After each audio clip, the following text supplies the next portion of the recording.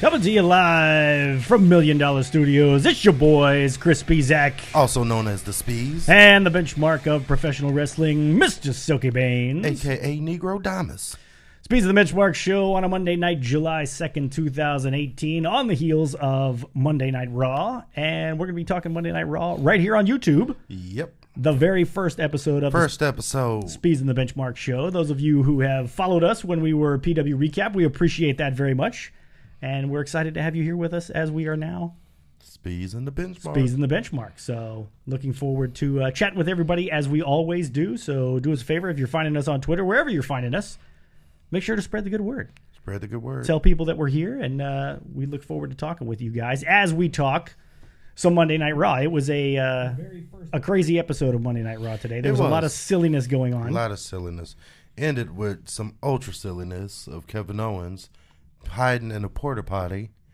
Braun Strowman drags him into the arena all the way to the stage, then does the Paul Titan bull charge, and then runs in, knocks it off, and he's covered in blue toilet juice, and the show goes off the air.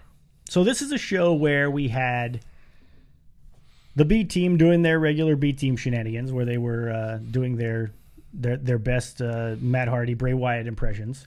We had the ridiculous counseling session with Bayley and Sasha Banks. And Dr. Shelby's back. We had Jinder Mahal teaching Kevin Owens some manner of, I don't know what the hell that was. Yeah.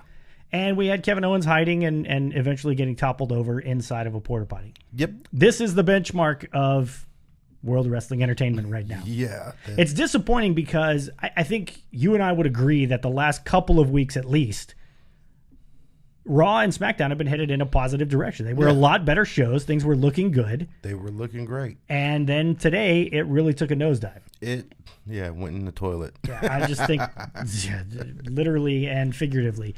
And fans who were not Roman Reigns fans, obviously, are not too happy with this Raw because we got a double dose of Roman Reigns. We got 2 Roman Reigns matches, pulling double duty there.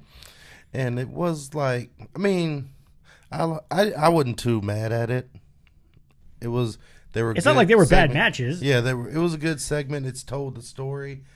But I think we're about to have to play my Negro Damas music because I'm calling that at Extreme Rules, Roman Reigns and Bobby Lashley will main event that show, despite the fact that, the WWE Championship is being defended. Negro Damas right there calling there you it. Go. You really think that's going to main event? I really think it's going to main event. They can't do that. I mean, think about it. It's can't do AJ it. and Rusev. Like, if it was AJ and, I don't know, maybe Roman Reigns, it would main event. Still, you got the championship on the line. At some point, they have to let that main event the show. Wouldn't you imagine? I would imagine, but they had the championship at the line the other pay-per-view, and then Roman Reigns and Samoa Joe. I know. So, Negro Damas moment, and another Negro Damas moment. Oh, we're gonna have 2 in one show. Well, let me get prepared one more time. Yeah, we're gonna have 2 in one show. Rusev will walk away from Extreme Rules the WWE champion. Oh, that's a big one. That's a big one. So you actually think Rusev's gonna pull this thing off? I think he is. I don't think there's any way in hell that happens. But I think AJ's had the title long enough, and if they didn't do it with Shinsuke, it's kind of similar to the Seth Rollins. They built up that feud with him and Elias. Elias didn't get the job done, and the very next person, which you thought was a throwaway, because no one thought Dolph was winning that match. This is true. And Dolph won. I say it happens again. No one gives Rusev a chance in hell of winning this match. And he is going to win. All right, so let's break down Monday Night Raw here. Let's start with, and you guys feel free to chime in. Hey, what's up, Brooke? Good to see you. No, maybe about it. We're happy to see you for sure. Let's talk about it from the top here. So we had Roman Reigns come out at the very beginning, cut a promo on Bobby Lashley. We all know this match is coming. Yes. And now it's officially going to happen. Roman Reigns, Bobby Lashley at Extreme Rules. Any excitement over Roman Reigns versus Bobby Lashley? Is this going to be a decent match? Is this going to be a good match? Is this going to be a throwaway match? We'll talk about the fans' reaction to the match in a minute, but your opinion, the match, Roman Reigns, Bobby Lashley, what do you think? I'm very interested to see because it's finally something good with Bobby Lashley. Now, I wish it could be more defined in a sense of like, I don't know who's heel and who's face. They both seem like assholes. And let's talk about that, because they just two guys that really don't like, or doing the whole we don't like each other for some god reason. And so there's no real heel or face, because technically would Lashley be the heel because he walked out on his partner? You would think so. You would think, but Roman didn't exactly endear him by refusing the tag. Yeah, I mean, it's another one of those stories where we don't really know who the heel and who the face is. And as we've established on this show and elsewhere, when you complicate things like that, it doesn't make for a very intriguing watch. It just doesn't make things as exciting when, as a fan, I don't know who I'm supposed to be rooting for. Now I'm going to root for whoever I want to root for, and most other people are that way as well. But it's still nice to know, okay, you know, Roman's the face, Bobby's the heel, whatever the case may be. Yeah. It's a couple of faces in this case. I like the fact that it's two big guys. I like seeing two athletic big guys going at it in the ring. I think that's, you know, those are interesting matches to me. I know it's not for everybody, but look, I think it's going to be a good match. I mean, there is the athleticism of Lashley, who's just freakishly athletic. Yes. Despite even though he is freakishly huge. And then Roman, who's also not small by any stretch, who is athletic. So I think it's just two mammoth mastodons colliding. Now, are the fans going to give this match a shot? Probably not. Because, it's Roman Reigns' match. Because it's Roman Reigns again, the fans aren't going to give this thing a shot. I think so, because, they haven't done it before. Why would they start now?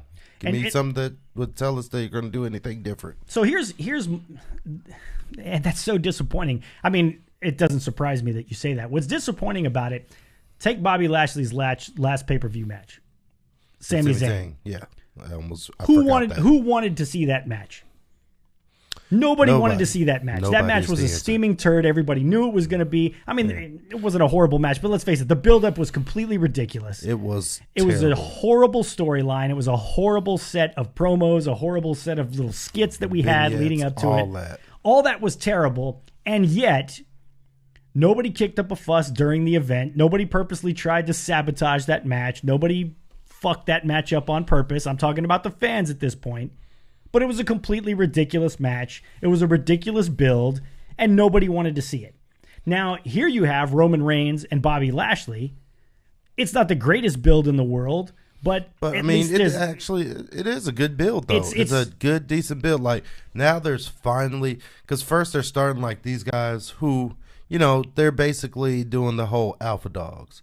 Two alpha dogs. They both think they are the best. And so that's why they're colliding, because he can't be the best if the other guy's the best, right? Right. So that's the foundation of why they don't like each other. And then each week it was getting more and more personal about, you know, they talked with the promos, then doing the matches with the Revival. Right. And stuff. And that was a great humble Barry of Roman Reigns. Like, I never thought they're talented, but I never thought I'd lose to the Revival, which means you thought they sucked. Yes, which was horrible as usual with the Revival. That's terrible. I mean, and I think the Revival actually comes out looking great in this, so they got to be thankful for that. Yeah, I'm making sure that we can get the word out about the show here and make sure as many folks join us as possible.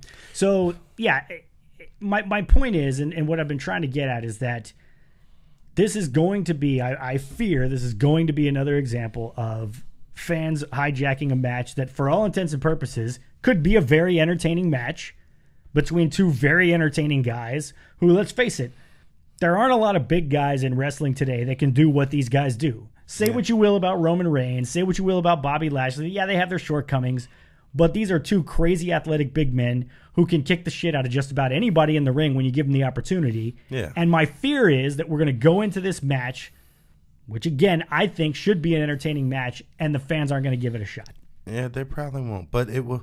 I think they will get into it. I think it's just going to be a lot harder, and they're going to have to bust their ass a lot more than say they would have to if the fans weren't complete raging dickbags. This is true. And by the way, those of you joining us, make sure you hit that subscribe button here on the YouTube channel and share us out there on Twitter as well. Try to get as many folks in here as possible. I know Brooke doesn't like the Revival, but Brooke, you're just going to have to deal with it because the Revival are fucking top guys. And they're finally getting back up to the top where they belong, rightfully belong. They're not top guys. They are top guys. They think they're top. They were top guys in NXT. They're top guys now. It's just that folks haven't come around and put them back on top where they belong. Who are the tag team champs? Whoever it is, they're on borrowed time. Are they really? I mean, whoever it is. Of course, we know who the tag team champs are. But let's face it, the Revival are coming. They're coming. So you think the Revival will beat Matt Hardy, multi-time tag team champion, Bray Wyatt, former WWE champion. Absolutely, yes. And the Revival, who have done what exactly? They beat Roman Reigns and Bobby Lashley. They beat them last week. Yeah. And we had to have that match again this week. There were a lot of rematches this week. It was another thing, and we'll get to that a little bit later. Well, let's go ahead and talk about it now since we're on the topic of rematches. We come back from a commercial break later in the show to No Way Jose. No way. Doing his dance thing and having his whole, whole Dominican Adam Rose ripoff going on. And I said to Silky, we're sitting here watching the show, and I look over at Silky, and I actually said the words, he better not be fighting Mojo Rawley again. And who comes out? And here comes Mojo Rawley. Why the fuck would we? Is there a white version of Negro Damas? Because that would be music for that. That was a white version of Negro Damas moment. And Mojo Rawley comes out, which is completely fucking stupid. Because you think about it, if you didn't want to wrestle the guy, why would you get in your gear, go to the gorilla position, wait for your music to play, come down to the ring, get in the ring, and then say, no, I don't want to wrestle. Yeah, come out in street clothes or something that says, I don't want to wrestle. Exactly. I think he just wanted to show off the guns. They are not top guys. Come on. See, Brooks saying they are not top guys for those of you who aren't seeing the chat here. They are not right now. They were in NXT. They never stopped being top guys. They completely They did not stop being top guys. When they lost to the fucking B team. They stopped being booked like top guys. And we can't do anything about that because we don't book on this show. Yeah. Because we don't book WWE. No, we don't. He books DZW. And I do. And I do a good job of that. You do a great job of that. Yeah. And I feel confident that were you in a position to book WWE, you would have the Revival on top where they rightfully belong. I wouldn't have them on top, but they would definitely. Well, no, I wouldn't. He'd have them on top. No, I would not. I would absolutely not. So why the hell would we bring Mojo Rawley back again to beat the shit out of No Way Jose? Is this to set up the dark match or the preview show match prior to Extreme Rules? Is that what we're doing here? We might be. I mean, I don't really care about it. That's the thing. I've cared about Mojo since he went heel. I didn't really care about him before. And I care even less now that he's gone heel. I mean, my apex of caring about Mojo Rawley was WrestleMania when Gronk came out. I was just about to say, when your shining moment involves being involved with a professional football player in a wrestling event. And that only reason I care is because, for those that don't know, I am a huge Patriots fan. So that is the only reason I even cared about Mojo Rawley for that moment, fleeting moment. And then next he comes out. And I want to kind of divert the conversation. Let's talk about this fucking Andre the Giant Battle Royal. What has it done for the winners? Has there been anyone really that benefited from winning? Baron Corbin went from Andre the Giant Memorial Classic winner to Money in the Bank winner. To failing at his cash-in. Getting a match at WrestleMania where he lost on the pre-show. Cutting his hair off and doing the stupid Constable Corbin thing. So I understand what you're saying, but how many years have we had the Andre the Giant Battle Royal now? It's like what, 4 or 5? Yeah, 5. I mean, there's Cesaro. Cesaro. He's the only one that might say did something after Cesaro. Then it was Big Show. Yes. Then Corbin. And now this year was Matt Hardy. Yeah, Hardy. So, with a little bit of help from Bray Wyatt. Yeah, but I mean, look, I'm not going to sit here and argue that should be a big deal and that somebody who wins that is automatically going to go and do something. We all know what that is. It's filler. And it's a way to get as many guys on the card as possible, and so that's what they're going to do. Yeah, but I just feel like they hyped it up so much. I think it should be more. I think the winner should get something. Maybe not a title match. Maybe not a WWE title match. You left out Mojo Rawley in there. Oh, yeah, Mojo Rawley. Because we were just talking about Yeah, him. so it was Mojo Rawley. So there's 5 because Mojo Rawley was the year before. So my question to you is this. Based on the fact that Mojo and No Way Jose seem to be doing not a whole lot with anybody else, do you give it out of Mojo Rawley and No Way Jose, who has the better long-term success in WWE? Mojo. You think Mojo does? I do. You think No Way Jose is the one-trick pony, and as soon as we get tired of dancing to his music, he's going away? Because that's kind of what I think. That's why I was able to Why don't we ask Adam Rose? Because pretty much once he stopped that, he went with the Social Outcasts, and then he went out the door. Now, is that to say that you expect something decent from Mojo Rawley, or just that it's not going to be as shitty as No Way Jose? Ding, ding, ding. It's not going to be as shitty. I don't expect really much from Mojo Rawley because, I mean, they haven't booked him in a way to garner me, at least, wanting more from him. I don't care. Literally don't care what he does. I mean, he's had a couple of good matches, but what they need to do is start, if they want to make them this big monster heel, they need to start putting them with some actual top tier guys. Maybe not like your, he's on Raw. So maybe not your Seth Rollins and stuff. Sure. But, someone that's like a lower level face. I could see that. It'd be nice to see him get some opportunities and not just curtain jerk. Yeah, not be another guy that just wastes away on the main roster. Hello, Ty Dillinger.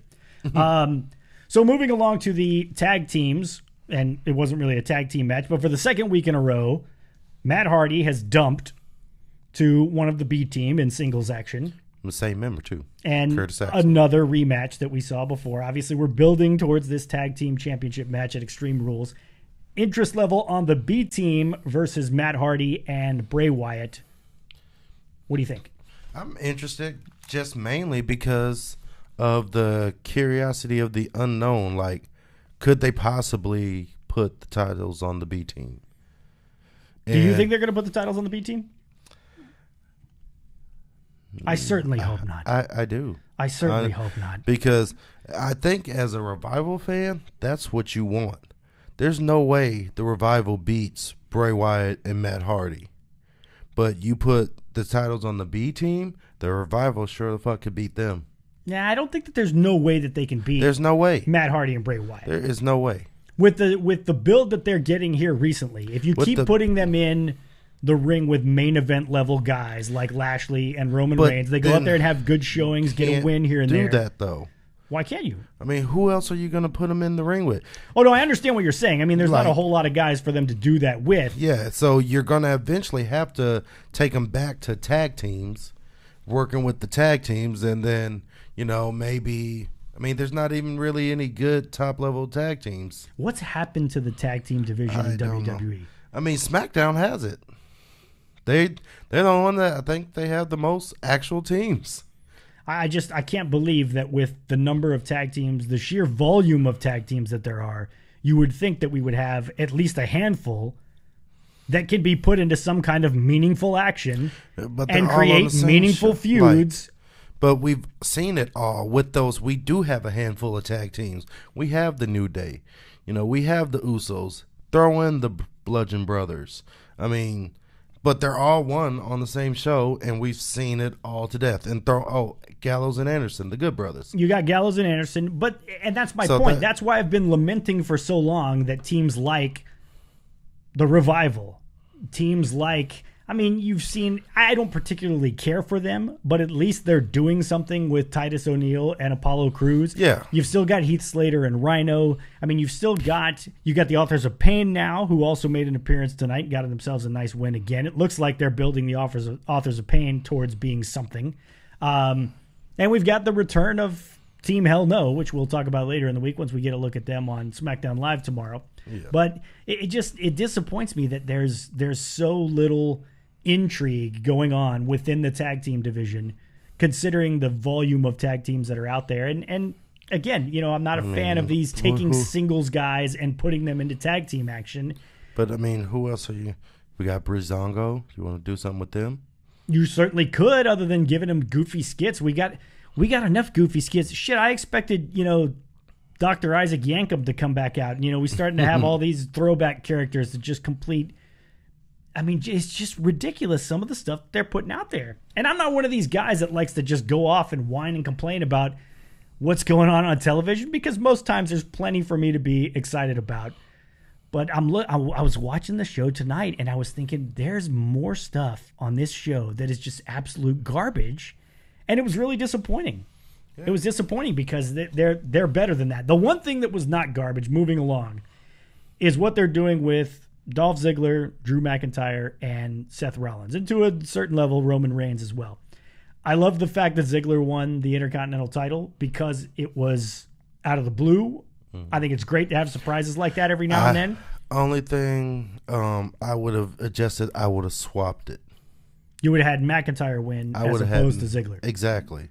Because I think McIntyre needs that more than Ziggler. Well, maybe at this point. He talks the talk. I mean, to me, he's the one that's talking the talk, really.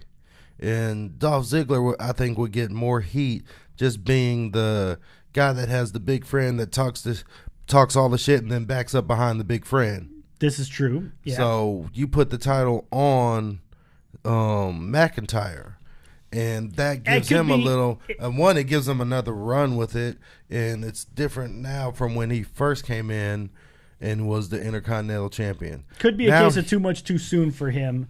Oh, and yeah, I don't have I don't have a big issue with it being on Ziggler again. And don't get me wrong, I don't have an issue with it being on Ziggler.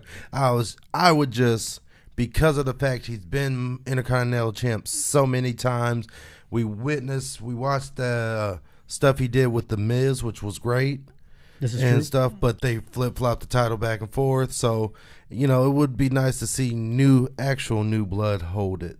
If there's a match that I'm looking forward to at Extreme Rules based on what we've seen so far, and, we're yet to get the official word on Kevin Owens and Braun Strowman, although I say official word as in on WWE television, but everything that I'm reading is pointing towards a Kevin Owens, Braun Strowman steel cage match at Extreme Rules, which would be outstanding.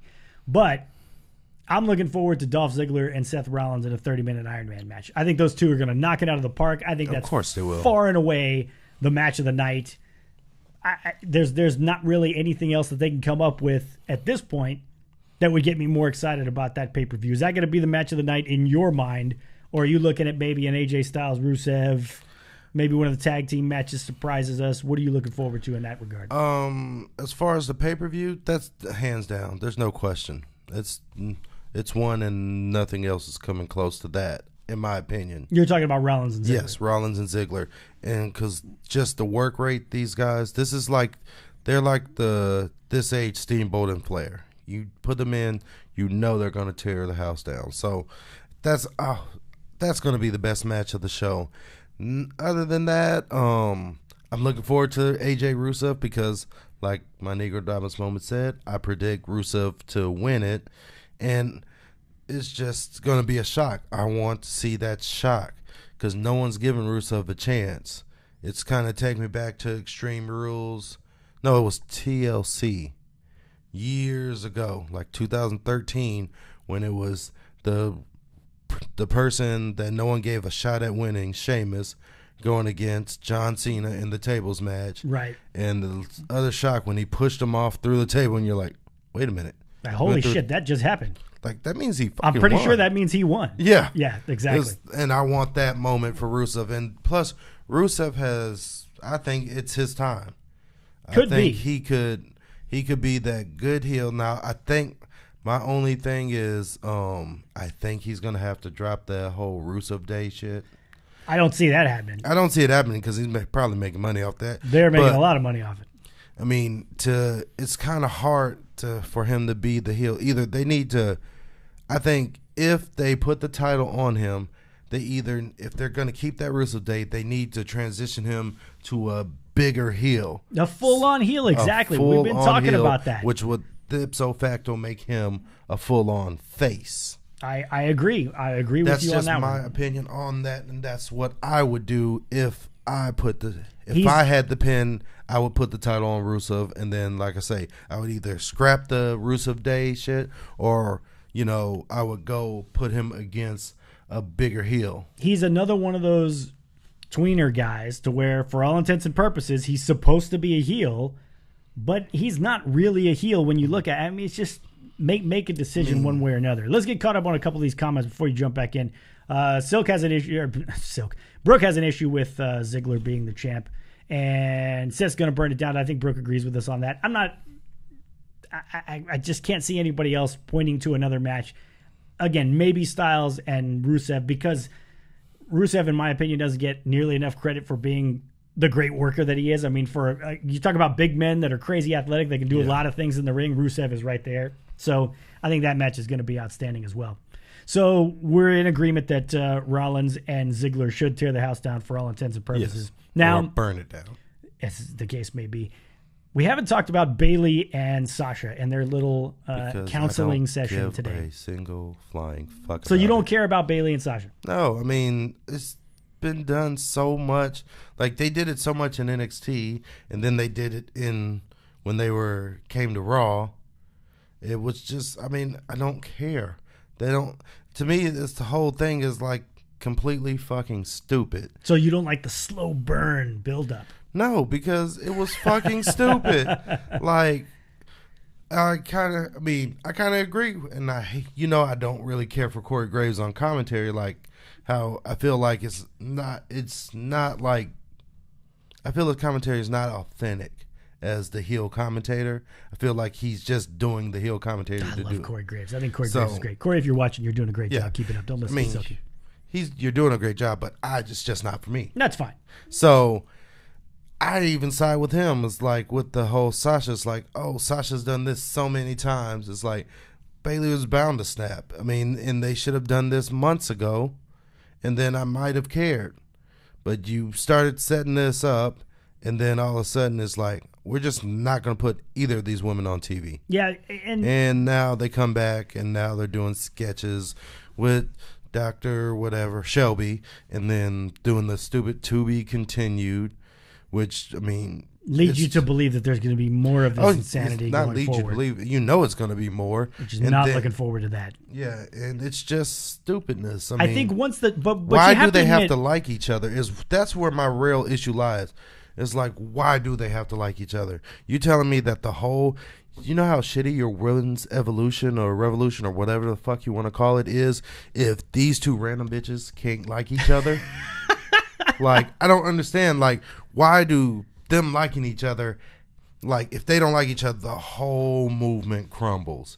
That means you're essentially, of course, when you start shitting looking at on all of the women there. You're shitting on the Alexa Blisses, the Nia Jax. No, I understand. And when you start looking at it from a realistic point of view, I mean, you have to suspend your disbelief. I mean, this is still kayfabe at the end of the day, and it shouldn't matter that they don't care about each other. But I'll tell you this: when the time comes for those two to finally get back in the ring against one another, one-on-one, whatever we're building it towards, whether it be a SummerSlam match, whether they go super long-term and build towards it at WrestleMania, I'm telling you right now, people are going to be excited for that match, and those two are going to tear the house down again. I mean, we know they're going to tear the house down, but it's like, Ric Flair and Ricky Steamboat would tear the house down, right? In their heyday. You know that. That's a given. So, but would you want to see them feuding over like fucking toothpaste? No, I don't care what they feud about.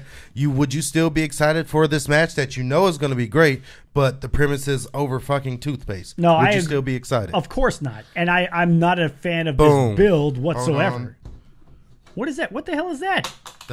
That's an invisible mic drop. I hope that didn't. An invisible mic drop. Well, I mean, it's an SD card. It's an SD card drop. I mean, I didn't have them. It was either that or this. They're knife. not feuding about toothpaste. And I can't use my knife. I'll give you the fact that it's a stupid build, and that's what the whole conversation started with. It was a stupid build, and I don't like the whole goofy aspect of the whole thing. Yeah. I think. Just it's one of those things where you bang your head against the wall and you say to yourself, "This cannot be that difficult. It cannot be that difficult. It cannot. Let them not like each other. Let them not like you." That's what the whole foundation of wrestling has been built on since it started. Like you don't like me. Let's fucking go fight. in the ring and punch you in the face. several times. It is not that difficult, man. I don't understand it. And, you know, something about this show, for those of you who are watching us for the first time, we're not the type to come on and just bitch endlessly about WWE and what they do. But for some reason tonight, man, it just seemed like bad. One segment after another was just not good. It was not good at all. Corey Graves, meh. Come on, Brooke, you got to come around on Corey Graves. And Brooke also says it was better in NXT. They don't need to do it, but she's glad that Bayley attacked Sasha. I mean, and that's it's good. Maybe Bayley needed something. She needed something different. Did, but they're not even turning. If they turned her full-fledged heel, that'd be different. Then I'd be excited because it's new. The newness of now it's doing it from the other perspective. Sasha the face, Bayley the heel. But they're still trying to, because, you know, she sells the merch and she hugs the fucking kids and stuff like that. The wacky waving inflatable arm flailing tube men type shit. Yes. And so they're not trying to fuck that money off. So Definitely they got to not. keep her face. And Sasha now has started, and I'm pretty sure her shit sells well. So you don't want to fuck that money off. So here's an idea. Don't fucking put them together. That's just my opinion, and like you say, we normally don't bitch about the booking because we can't do shit about it. And this is not an anti-WWE program. Program. It's not. See, we like to cover both. That's why he's in the Austin 316 while I'm repping the B and the Elite. Which I like that shirt, by the way. Yes, I do too. I do like that shirt very much. That is a very cool shirt. Now, we saw the Authors of Pain. We mentioned them a little bit earlier about how they came in and continue to look good. I like Authors of Pain. I like what they're doing. Nah. It's a good enough build to where they're going to be legitimate contenders. And that's a good thing because they're an actual tag team. And, you know, I'm a fan of actual tag teams getting together. Here's what I hope doesn't happen. I hope they don't just they don't start feeding teams like the Revival to the Authors of Pain just to build up the Authors of Pain, which I'm hoping doesn't happen. Although, given the Revival's history, it's just... With that team, like, right now is a bad time for them. They should still be in NXT, and not because they're not talented enough to be on the main roster. Right now, there's nothing for them on the main roster. There's nothing for them in NXT. In the realm of tag teams. There's nothing for them in NXT. There was nothing left for them to do. There's nothing. I mean, there's only one prize. So, I mean, they could have held on to the titles longer. They could have tried to go for the longest reign. They could have won it again. They could have won it a second time, which the Revival did. You know, you kind of been there and done that. But you could have put them in meaningful stuff that showcased them. Hold on. But again, it's not about the talent of them. It's just about the fact that right now with Matt Hardy and Bray Wyatt and the B team in that top thing, there's no room for them because but you don't. You're not going to bring them in and immediately put them in the tag team title picture. The tag team division is so shitty. It's like, how do you not put them there? No, you got to have How them. do you not put them there? There are plenty of I mean, we say there's plenty of tag teams, but for God's sake, it certainly doesn't seem like it. I mean, and that is the point. There's not a lot of tag teams, and with a tag team that stand out that's that talented, how long do you feed them teams before people are like, okay, why aren't these guys facing them? You're going to have to keep them away. So there's what no you do reason is why you until can't you're ready for them to go up and make that run and take the titles or not take the titles, however the fuck you want to book it, you keep them in NXT. You let them work with some of these guys that are, you know, the Undisputed Eras, the Mustache Mountains, Lorcan and Birch. You know, they can have great matches with all these guys and still sell NXT because what you get with NXT is the match quality. It's not necessarily the stars in the match, it's the matches. The wrestlers make themselves stars in the match. That's fair. So I just think that's just my opinion on how you would do that. I think there's no room for them. Anytime you're going to bring in legitimate tag teams, and again, this is a personal thing for me. Anytime you're going to bring in tag teams who are actually tag teams, I mean, what's wrong with the Revival and AOP having a badass feud? It doesn't have to be for the titles. Put Revival and AOP in a badass feud in the main roster. They're both heels. Yeah, but that hasn't stopped WWE before. But I mean, you ask why wouldn't you do that? In my opinion, they're both heels. There's nothing to be gained from that. No, if the two guys that people hate guess what happens more often than not? Well, I don't hate the Revival. I happen to like them quite a bit, but no, I see what you're saying. I mean, there's no again. They've got some work to do on that tag team division, man. It goes back to right now with the Authors of Pain. There's nothing for them. There's got to be some. What tag teams are we not thinking of on Raw? Let's see. We got who they just wrestled worldwide. Titus Worldwide, yeah. Yeah. You've got Slater the Revival. And Rhino. You got the Slater and Rhino on Raw now. Wait, are they on Raw? Shit. Yeah, because they were so there in Houston. That's right. That's right. They were. So them. I mean, you've got. There's another team you can feed them in the meantime. Breezango. Another team that you could go against. I know trademark probably prohibits this. I think they should have been called Febreze. Febreze, absolutely. Shout out to at Sean Neutron on Twitter who came up with that, which is fantastic. He did not. He did. Well, he was the first guy that I mentioned. He's the first guy I probably posted, but as soon as I thought that, I was like, why aren't they called? When they said Breezango, I was like, why wouldn't they call him Febreze? Absolutely. That sounds much it would have been good. Anyway, that's neither here nor there. Well, there's two teams right there. Titus Worldwide, Breezango. You got Slater and Rhino. That's 3 face teams right there that you can have the Authors of Pain in matches against while the B team and Hardy and Wyatt are doing their thing. And then, boom, there you go. There comes AOP. Okay, so the only team of those 3 that we said that would stand a shot or make even look believable would be Titus Worldwide. And didn't they just get decimated? Yeah, but it doesn't matter. That does. No, it doesn't matter. It does. It 100% matter. The believability starts with the visual.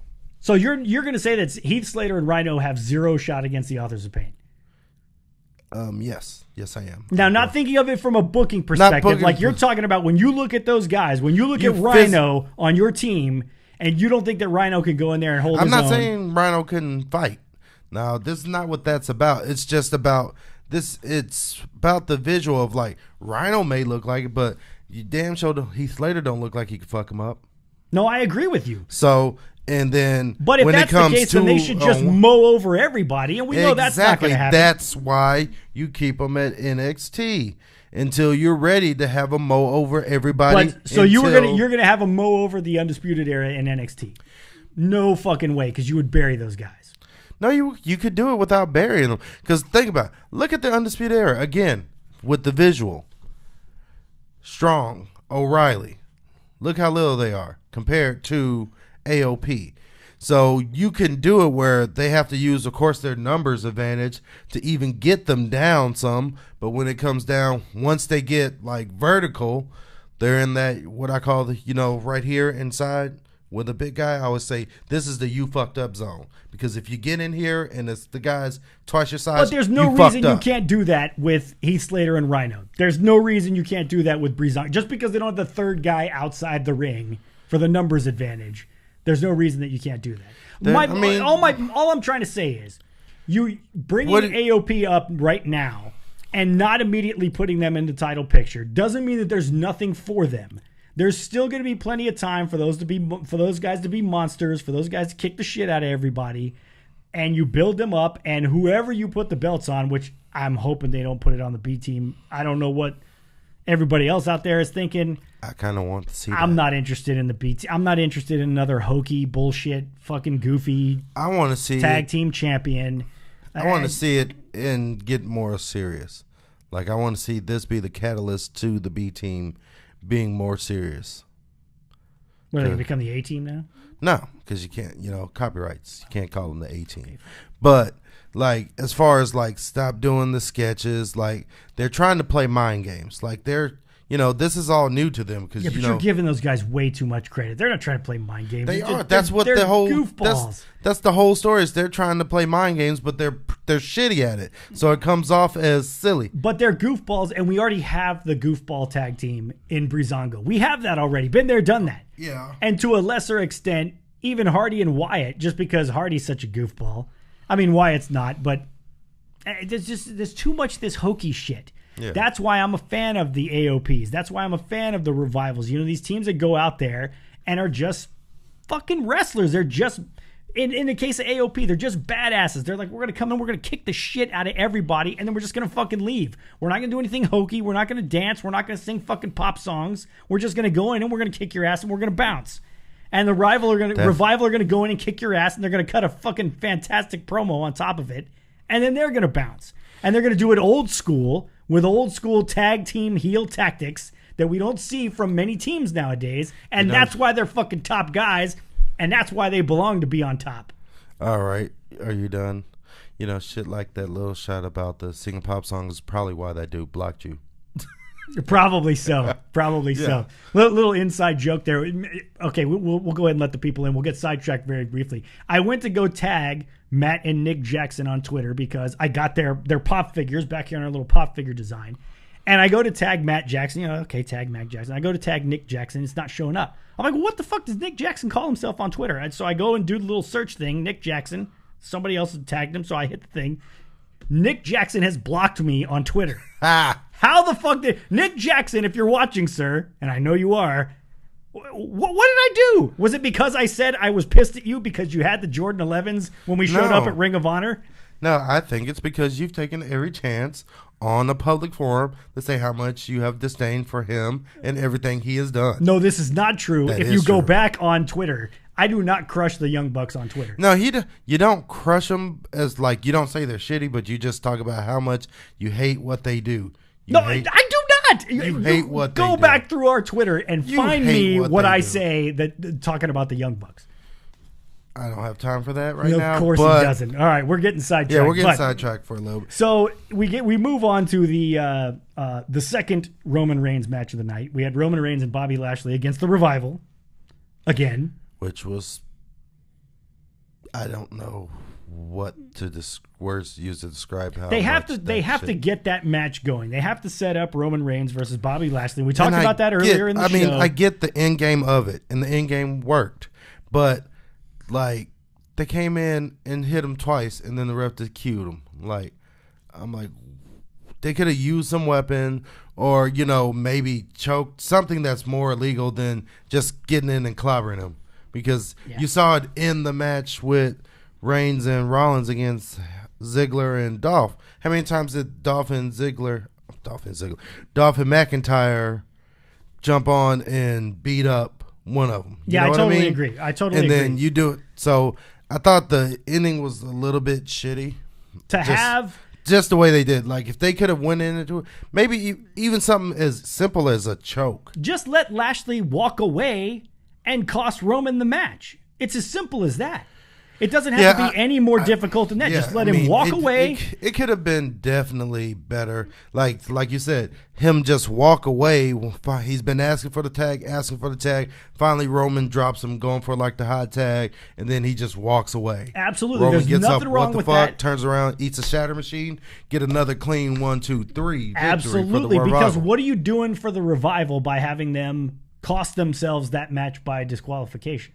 It just seems silly to me. Yeah. Because, and again, we're getting into the booking aspect of it, but I think of it in terms of the Revival have always been built on this idea that they're savvy, crafty guys. Mm-hmm. And savvy, crafty guys don't jump in and get disqualified when they realize that they have a fucking 2-on-1 because the other guy's partner has bailed. It just doesn't make... You remember, he didn't bail after... He bailed after right the after DQ. they got DQ'd, yeah. Yeah, so, but he just watched them beat him up. But, yeah, I get what you're saying. Like, it does kind of take away from them. Yeah, as a team, like a smart team. Like, they're crafty. They're supposed to be crafty. Is like, I equate them to being like a Ric Flair. Not saying they're talent-wise, but just the way Ric Flair was as a heel. Yes, absolutely. That's how they are as a team. Totally They're agree. crafty. They know how to use and get the ref out of position. They do what they need to do. And they would have noticed that obviously Roman and Lashley are not working well together. So for them to just throw away this match and basically say, fuck it, we're just going to go in and get disqualified, it made no sense to me. I was not a fan of that. But, I mean, they still got the good rub of, like, leaving them laying. That's true. They did have that. Now, I want to get to a couple of Brooks' comments before we get out of here. We'll get out at the top of the hour. Would I like to manage the Revival in WWE? You're goddamn right I would. That would be beautiful. That would be terrible. That would be beautiful for me. Yeah. I don't know how good it would be for them. Oh, it'd be terrible. We're going to get out of here on this one. What do you guys think about Finn versus Baron Corbin? Not quite sure about it. We all know what a fan our friend Brooke Jackson is of Finn Balor. What do you think about Finn Balor versus Baron Corbin? We're obviously heading in that direction. I don't think Baron Corbin gets nearly enough credit as being a pretty damn good heel. I'm not a big fan of this whole Constable Corbin thing. It's fucking stupid. It's such a corporate Kane ripoff. It's just kind of silly. When Stephanie McMahon comes back, which God help us, I'm not looking forward to that. But you can see it picking up some steam there just because he's kind of her lapdog and everything. But again, we've been there and we've done that. But let's talk specifically about the match. Finn Balor, Baron Corbin. Any interest in seeing those two guys go at it? Of course. I mean, they're both very talented. Say what you will about the Constable Corbin thing, but when he gets in the ring and actually wrestles, he's an effective heel. This is true. So, then Finn Balor is like typical white meat babyface, and people love him. They do. I don't. I'm not we talked about him being the smiley Irishman now. Yeah. And how it'd be nice if he was something other than the smiley Irishman, but you can't have everything. Yeah, so I think it'd be a great match. I just don't see where it goes to advance either of them. So not saying they have to wrestle for something, but my only issue with it is I don't see it really advancing either of them. It's just them wrestling to have a great match. This is true. Does nothing for either of them. Their careers like ascension, because when you're doing this, we know it's booked, but the whole purpose is you're trying to get towards a title or a goal. You know what I mean? And them fighting really there's no goal in sight. Yeah. And you can't hotshot and say winner gets a shot at Lesnar or whatever. Or they probably will do something stupid like, change it to Constable Finn.